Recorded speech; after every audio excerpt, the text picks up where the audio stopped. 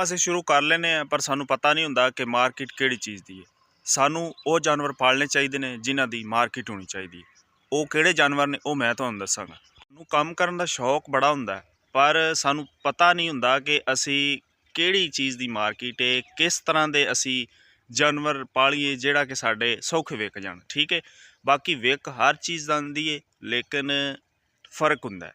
ਇੱਕ ਚੀਜ਼ ਮਹਿੰਗੀ ਵਿਕਦੀ, ਇੱਕ ਸਸਤੀ ਵਿਕਦੀ। ਠੀਕ ਹੈ, ਮੈਂ ਤੁਹਾਨੂੰ ਅੱਜ ਇਹ ਦੱਸਣ ਲੱਗਾ ਕਿ ਅਸੀਂ ਕਿਸ ਤਰ੍ਹਾਂ ਦੇ ਜਾਨਵਰ ਲੈ ਕੇ ਪਾਲੀਏ ਜਿਹੜੇ ਕਿ ਸਾਡੇ ਐਵੇਂ ਮਿੰਟਾਂ ਸਕਿੰਟਾਂ 'ਚ ਵਿਕ ਜਾਣ। ਠੀਕ ਹੈ, ਹਰ ਬੰਦੇ ਦਾ ਇਲਾਕੇ ਦਾ ਹਿਸਾਬ ਹੁੰਦਾ। ਠੀਕ ਹੈ, ਹਰ ਤਰ੍ਹਾਂ ਦਾ ਜਾਨਵਰ ਇੱਕ ਜਗ੍ਹਾ 'ਤੇ ਸਹੀ ਵੀ ਨਹੀਂ ਵਿਕਦਾ ਅਤੇ ਇੱਕ ਜਗ੍ਹਾ 'ਤੇ ਉਹਦੀ ਮਾਰਕੀਟ ਵੀ ਨਹੀਂ ਹੁੰਦੀ। ਠੀਕ ਹੈ, ਮੈਂ ਤੁਹਾਨੂੰ ਇਹ ਦੱਸਣਾ ਹੈ ਕਿ ਅਸੀਂ ਕਿਸ ਤਰ੍ਹਾਂ ਦੇ ਜਾਨਵਰ ਲੈ ਕੇ ਪਾਲ ਸਕਦੇ ਹਾਂ। ਠੀਕ ਹੈ, ਇੱਕ ਮੁਕਤਸਰ ਜੀ ਸ਼ਾਰਟ ਜੀ ਵੀਡੀਓ ਹੈ ਅਤੇ ਐਡੀ ਠੰਡ ਦੇ ਵਿੱਚ ਵੇਖੋ ਮੈਂ ਤੁਹਾਡੇ ਵਾਸਤੇ ਵੀਡੀਓ ਬਣਾ ਰਿਹਾ ਤਾਂ ਕਿ ਤੁਹਾਨੂੰ ਪਤਾ ਚੱਲ ਜਾਏ। ਠੀਕ ਹੈ, ਵੇਖੋ ਜੀ ਓਵਰਆਲ ਅਗਰ ਵੇਖਿਆ ਜਾਏ ਨਾ ਤੇ ਜਾਨਵਰ ਜਿਹੜੇ ਨੇ ਉਹ ਵਿਕਣ ਵਾਲੇ ਕਿਹੜੇ ਨੇ, ਜਿਨ੍ਹਾਂ ਦੇ ਵਿੱਚ ਜਿਹੜੇ ਕਿ ਲਾਲ ਡੱਬੇ।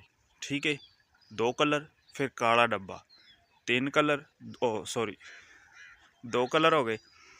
ਇਹਦਾ ਮਤਲਬ ਇਹ ਹੈ ਕਿ ਜਿਹੜੇ ਜਾਨਵਰ ਨੇ ਨਾ, ਮਤਲਬ ਜਿਨ੍ਹਾਂ ਨੂੰ ਅਸੀਂ ਪਟੇਲ ਸੱਦਦੇ ਹਾਂ, ਇਸ ਤਰ੍ਹਾਂ ਦੀ ਜਿਹੜੀਆਂ ਬੱਕਰੀਆਂ ਨੇ ਨਾ ਉਹ ਵਿਕਦੀਆਂ ਨੇ। ਫਿਰ ਦੂਜੇ ਨੰਬਰ 'ਤੇ ਤੀਸਰੇ ਨੰਬਰ 'ਤੇ ਉਹ ਆ ਜਾਂਦੀਆਂ ਨੇ ਜਿਹੜੀਆਂ ਕਿ ਮੱਖੀ ਚੀਨੀ ਨੇ। ਠੀਕ ਹੈ, ਇਹ ਮੱਖੀ ਚੀਨੀ ਹੋ ਗਈਆਂ, ਲਾਲ ਡੱਬੀਆਂ ਹੋ ਗਈਆਂ, ਕਾਲੀਆਂ ਡੱਬੀਆਂ ਹੋ ਗਈਆਂ, ਫੁੱਲ ਵਾਈਟ ਹੋ ਗਈਆਂ। ਠੀਕ ਹੈ, ਇਹ 4 ਕਿਸਮ ਦੇ ਜਿਹੜੇ ਕਲਰ ਨੇ ਉਹ ਤੇ ਨਸਲ ਦੋਗਲੀ। ਠੀਕ ਹੈ, ਦੋਗਲੀ ਨਸਲ ਉਹ ਜ਼ਿਆਦਾ ਸੇਲ ਹੁੰਦੀ ਹੈ ਕਿਉਂਕਿ ਇੱਕ ਤਾਂ ਉਹਦਾ ਰੇਟ ਪੂਰਾ ਹੁੰਦਾ। ਠੀਕ ਹੈ, ਉਹਦੇ ਵਿੱਚ ਵੀ ਅਗਰ ਖੂਬਸੂਰਤ ਜਾਨਵਰ ਹੋਵੇ ਤਾਂ ਉਹ ਵੀ ਬੜਾ ਮਹਿੰਗਾ ਵਿਕਦਾ।